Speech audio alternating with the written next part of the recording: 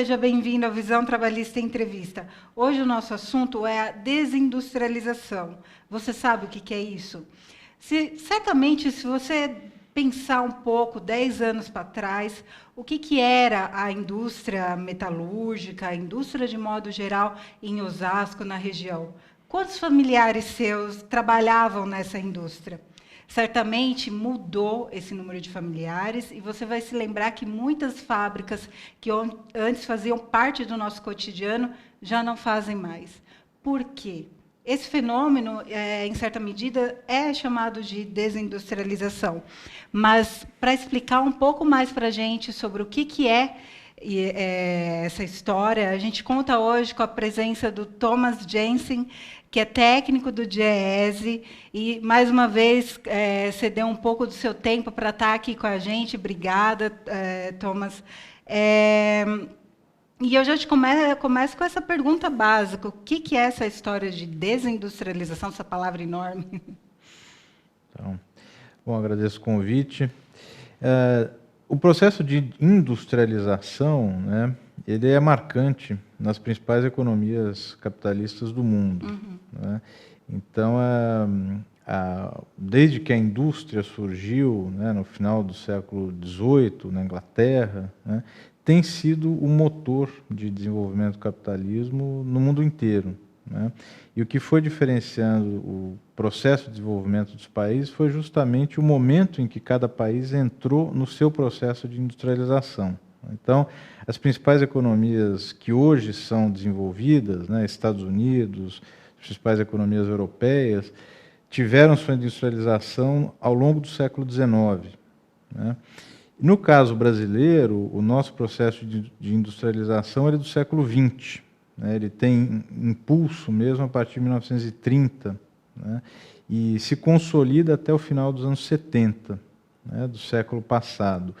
Então, a industrialização sempre foi o motor do desenvolvimento capitalista, né?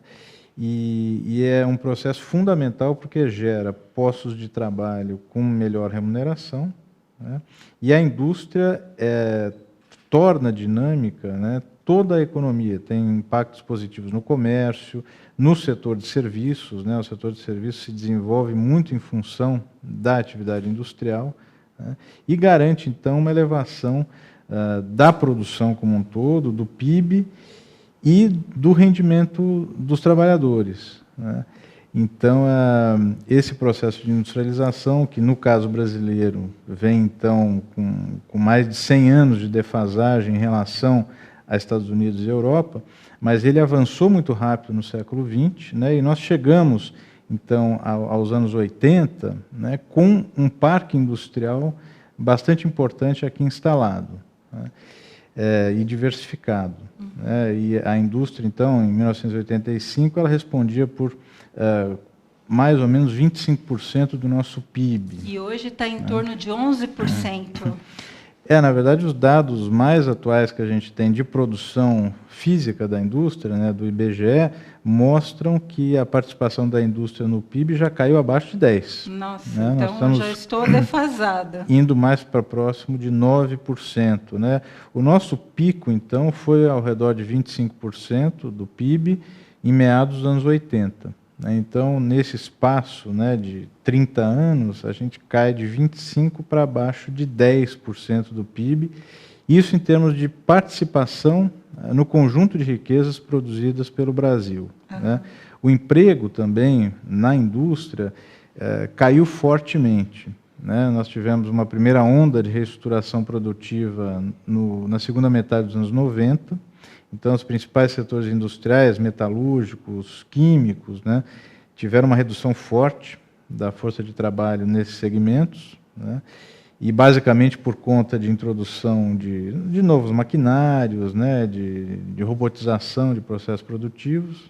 Né, e, mais recentemente, né, isso de 4 anos para cá, nós tivemos uma nova redução importante do emprego na indústria, mas aí não tanto por reestruturação produtiva, né, mas sim por conta da queda geral da economia, né, e que tem afetado principalmente a indústria já há mais tempo.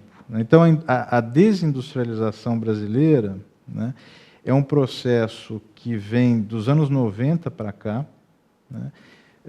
E ele pode ser explicado, né, primeiro por uma reestruturação produtiva, né, que fez com que o emprego caísse na indústria, e a participação da indústria no PIB, né, aí já é uma queda que se acentua da metade dos anos 2000 para cá, né, a partir de 2004, 2005, aí tem uma explicação forte numa variável central para a indústria, que é a taxa de câmbio. Tá. Né? A taxa de câmbio brasileira ficou muito valorizada, né, e fez com que se desestimulasse a produção industrial aqui dentro do Brasil e se estimulasse a importação de produtos industrializados. Era algo que a gente era até poucos meses atrás, algo que a gente nas negociações, nas coletivas dos representantes do setor da indústria falavam muito. A valorização do real era algo. Então isso realmente contribuiu. Sim, contribuiu decisivamente, né? Por um lado, uma taxa de câmbio valorizada, ela estimula a importação de máquinas, né? O que poderia ser um estímulo para uma reestruturação produtiva que a gente poderia chamar de progressista, né? Uma introdução de capacidade nova de produção industrial, mais modernizada e tudo.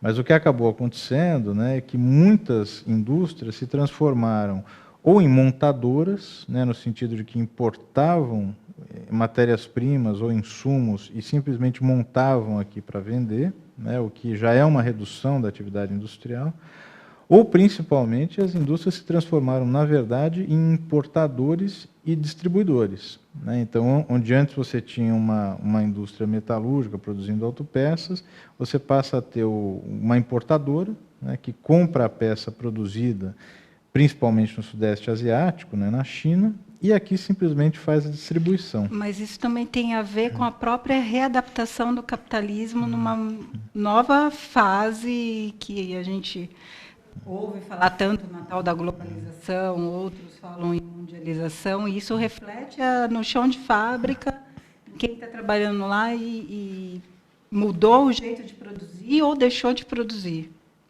Sim, tem aspectos históricos, né, que a gente vai poder abordar ainda aqui no programa, que são decisivos para a gente entender por que hoje nós estamos numa desindustrialização grave e precoce, né? Isso tem a ver com algumas motivações históricas do nosso processo de industrialização. De toda forma, né, só para encerrar com alguns números, né, nós ainda temos por volta de 21% dos trabalhadores com emprego formal no Brasil são empregados na indústria, né? E a indústria brasileira representa mais ou menos por volta de 2% da produção industrial do mundo inteiro. Pode parecer pouco, né?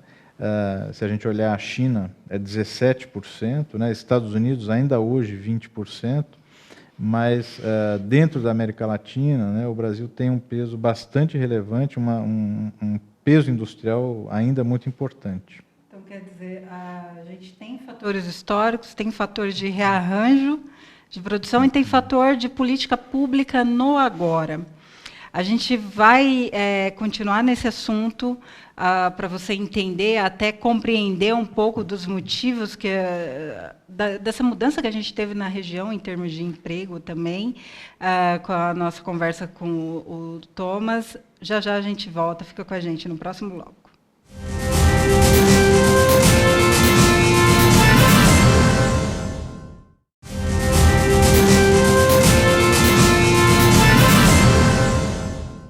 Estamos de volta com Visão Trabalhista em Entrevista, hoje falando sobre desindustrialização, com o Tomás, o técnico do Diese. E aí a gente falava um pouco de quais são as causas, né? São vários fatores, né? E qual que é o papel das políticas públicas em incentivar essa desindustrialização ou em contribuir para que o nosso papel, o nosso processo de industrialização fosse sendo desenvolvido? Qual que é o papel do Estado nisso? O papel do Estado no processo de industrialização, não só no Brasil, mas em todas as economias, é decisivo, né?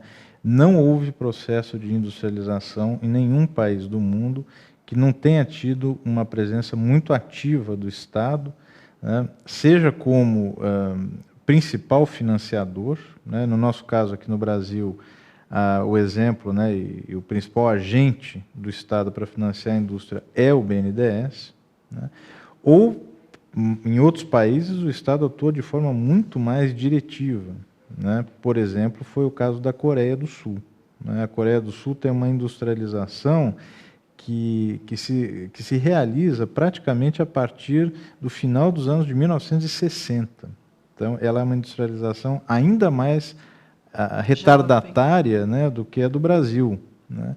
E a Coreia do Sul hoje ainda é, né, e deve continuar por muito tempo, um dos principais polos industriais de alta tecnologia que nós temos no mundo, né? Então, uma industrialização que aconteceu de forma muito rápida e muito recente, né? Então, ali o Estado foi decisivo. A própria China, né, que, como eu mencionei, responde por quase 18% da produção industrial do mundo, né? É um processo que vem de 1979 para cá. Então, só com uma presença muito ativa do Estado, muito diretiva, planejando, né, e financiando, é que você consegue isso, né? Eu queria lembrar alguns aspectos para a gente entender a desindustrialização de hoje. A gente precisa entender um pouco algumas características da nossa industrialização, né? E aqui eu acho que os principais referências que eu vou fazer são sistematizadas por um autor importantíssimo, né, que é o Celso Furtado, né, um economista paraibano, que analisou, né, em várias das suas obras justamente o processo de industrialização na formação econômica do Brasil, né?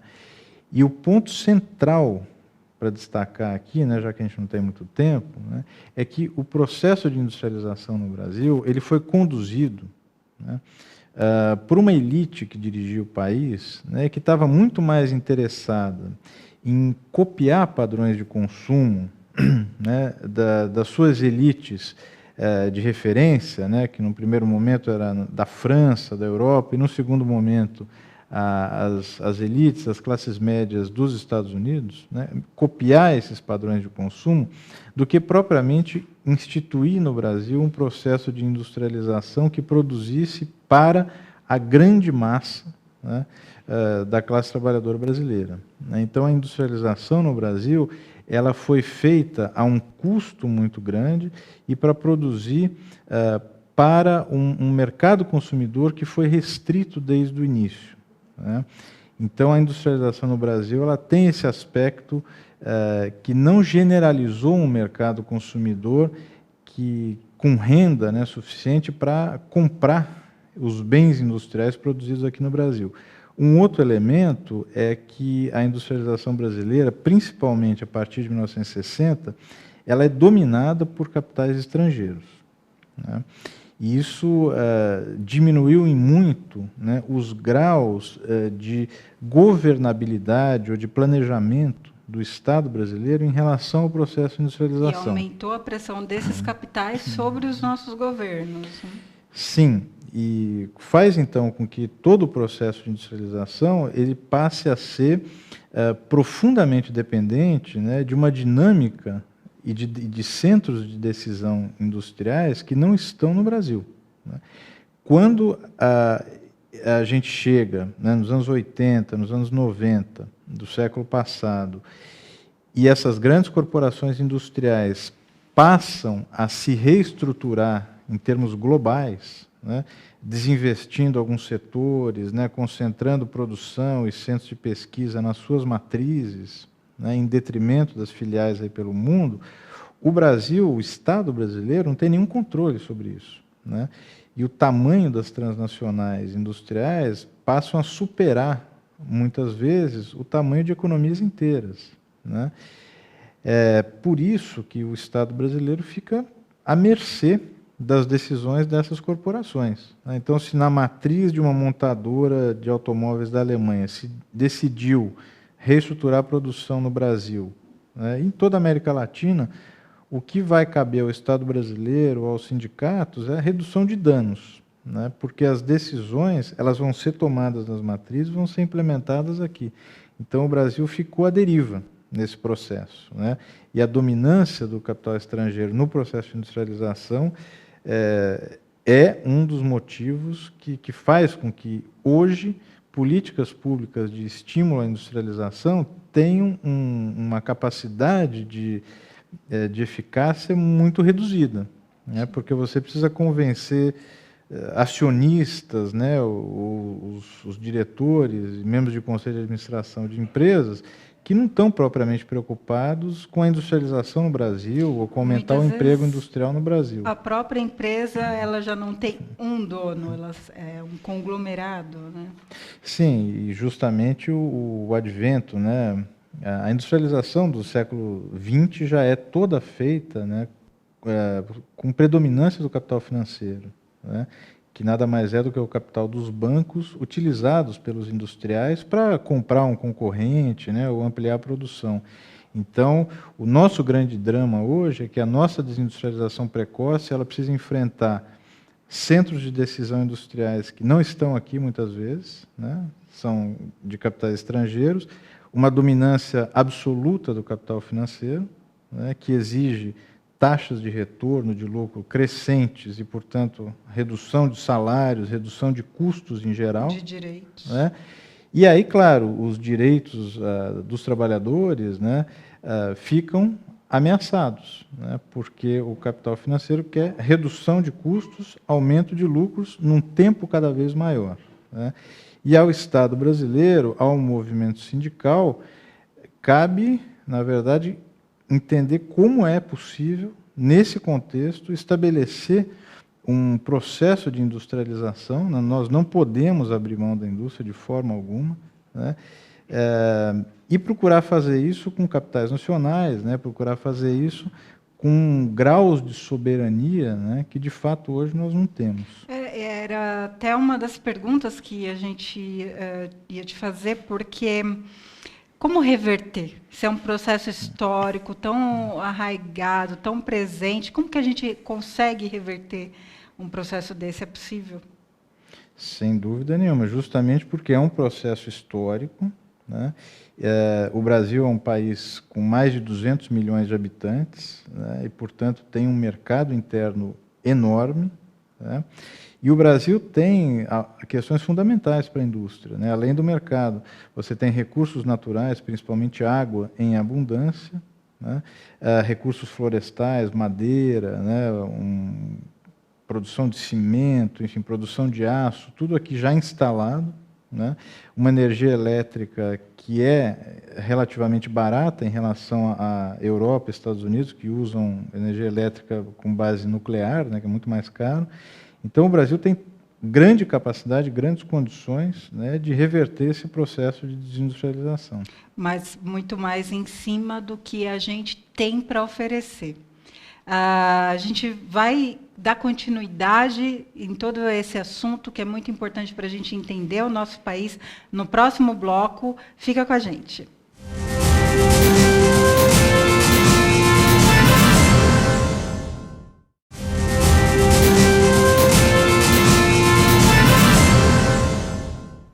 Estamos de volta para o nosso último bloco do Visão Trabalhista Entrevista, falando sobre a desindustrialização e todo o contexto que leva à saída de empresas, não só da nossa região, mas do Brasil como um todo. Quais são as políticas, como que a gente pode reverter, como que a gente pode lutar, e também as artimanhas que muitas vezes estão por trás de tudo isso.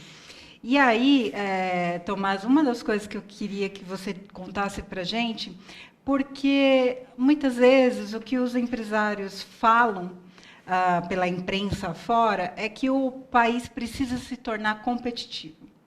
E aí, para se tornar competitivo, precisa mexer em legislação trabalhista, como até uma forma da gente fazer frente a essa questão que a gente está falando aqui hoje, que é da perda do poder da indústria no próprio ritmo de produção nacional. Existe conexão nessa questão? Eu acho que o grande problema hoje para o Brasil, não diria simplesmente ser competitivo, né, mas ter uma posição no mundo e ter uma contribuição civilizatória, no desenvolvimento da economia, da sociedade como um todo, né, é de fato você ter, eu diria, elites dirigentes que tenham um projeto de Brasil, né, e que não seja simplesmente um projeto de, sabe, de ficar ganhando dinheiro com rentismo, com altas taxas de juros, ou vendendo empresas, ou simplesmente importando e distribuindo produção aqui no Brasil. Sugando. Né? Construir um projeto de Brasil é o nosso grande desafio. Né? Esse projeto vem sendo tentado, né? Nesses últimos anos se tentou alguns compromissos, né? O compromisso pelo desenvolvimento, que é uma iniciativa do movimento sindical, né? E alguns empresários participam, é uma tentativa disso. Né? Nós temos, acho que, um bom diagnóstico da situação, né? Mas o processo de industrialização ou processo de desenvolvimento não é nada natural, né? E exige grandes sacrifícios, né? Exige hoje enfrentar interesses muito poderosos no mundo. Né? Como eu já disse, o Brasil tem 200 milhões de habitantes, né? A questão da industrialização ela afeta hoje, no caso dos metalúrgicos, 2 milhões de trabalhadores. Né? O setor metalúrgico no Brasil são 2 milhões de trabalhadores. Isso é 20% da indústria de transformação do Brasil. Né? E é preciso, então, garantir esses postos de trabalho e ampliar, né? Transformando, inclusive, o processo produtivo. Né? A gente pode produzir mais do que simplesmente automóveis. Né? A indústria metalúrgica ela tem amplas possibilidades. O Brasil precisa de aviões, precisa de trens, de navios. Né? A indústria naval foi retomada com o estímulo da política de conteúdo nacional que a Petrobras utilizou, né, por conta do pré-sal. Então, nós temos hoje, né, na verdade, para ter um lugar no mundo, né, e ter uma contribuição civilizatória, que pensar que projeto a gente quer para frente. Né? A indústria é um pilar central desse projeto. Isso está claro para o movimento sindical. Né? Nós temos dificuldade de encontrar interlocutores, né, e pessoas que tenham capacidade de decisão do outro lado, justamente, nas empresas e, muitas vezes, nos governos, né, no Congresso, né, que tenham a clareza da urgência dessas medidas e de um projeto amplo, né, de desenvolvimento. Então, eu acho que esse é o nosso grande entrave. O movimento sindical insiste, né, não desiste, tem feito sua parte. Né? Eu acho que o problema está do outro lado. Não é rebaixando direitos, né, e muito menos estimulando, né, a desindustrialização, que a gente vai ter algum futuro. A gente está caminhando já para o encerramento do nosso bloco, mas como o nosso compromisso também é com a luta, além da informação, eu queria que você fizesse uma reflexão com a gente a respeito também do que fica para o trabalhador, que muitas vezes está desempregado, está preocupado com a inflação, que está comendo aquilo que está recebendo, e muitas vezes é só o seguro-desemprego. Qual que é o nosso papel em tudo isso? Às vezes a gente se sente muito pequeno. Qual que é o papel para a gente buscar, de repente, pressionar para que essas políticas sejam construídas? Como que a gente pode fazer uma amarração pensando nesse e agora, o que vamos fazer? Os trabalhadores eles têm chance, né, e têm condições de intervir na luta através das suas entidades de representação. Né? Então, o movimento sindical ele foi decisivo, né, para a gente hoje estar numa situação melhor do que a gente estaria se não tivesse um movimento sindical forte. Né? Os sindicatos eles se fortalecem à medida que têm sócios. Né? E muitas vezes o trabalhador desempregado também usufrui de direitos do trabalho que são conquistas do movimento sindical. Né? O próprio seguro-desemprego que você mencionou, né? O Fundo de Amparo ao Trabalhador. Então, eu acho que a principal coisa que a gente precisa fazer é, de fato, estimular os trabalhadores, desempregados ou não, a participarem das suas entidades. Né? E as entidades precisam atender a esses anseios dos trabalhadores. Né? Então, serem entidades, de fato, representativas, democráticas, né? Que escutam os trabalhadores e conseguem se orientar nas suas políticas pela realidade que os trabalhadores colocam. Se a gente não tiver sindicato forte, né, nós não teremos nenhuma chance, né? Principalmente nesse próximo período aí que está se anunciando, em que nós vamos ter que passar por um longo período defensivo. Né? Nós vamos ter que defender direitos conquistados, né? É um período ainda difícil para você pensar em conquistas, né? Mas defender direitos conquistados vai significar também defender o mínimo de indústria que a gente tem no Brasil, né? Porque perder a indústria significa uma precarização muito grande das possibilidades de emprego que o trabalhador que hoje está desempregado pode almejar, né? Então, eu penso que sindicatos fortes, né, com taxas de sindicalização elevadas, representativos, democráticos, são essenciais para a gente pensar um projeto de desenvolvimento para o Brasil. Isso que o Tomás também está falando tem total sintonia com o momento do país e com o momento dos sindicatos metalúrgicos de Osasco, que agora está passando por um processo de eleição da nova diretoria, que também pensa em como fazer frente a todas essas lutas. E aí a gente te convida a estar por dentro de tudo isso que a gente está falando, que no dia a dia do site do sindicato, do jornal do sindicato, a gente procura pincelar para que você venha e procure mais informações com a gente. Tomás, eu gostaria de agradecer muito a tua participação, a tua disponibilidade, já contando com futuras contribuições suas e do DIEESE. Obrigada. Obrigado, nós que agradecemos.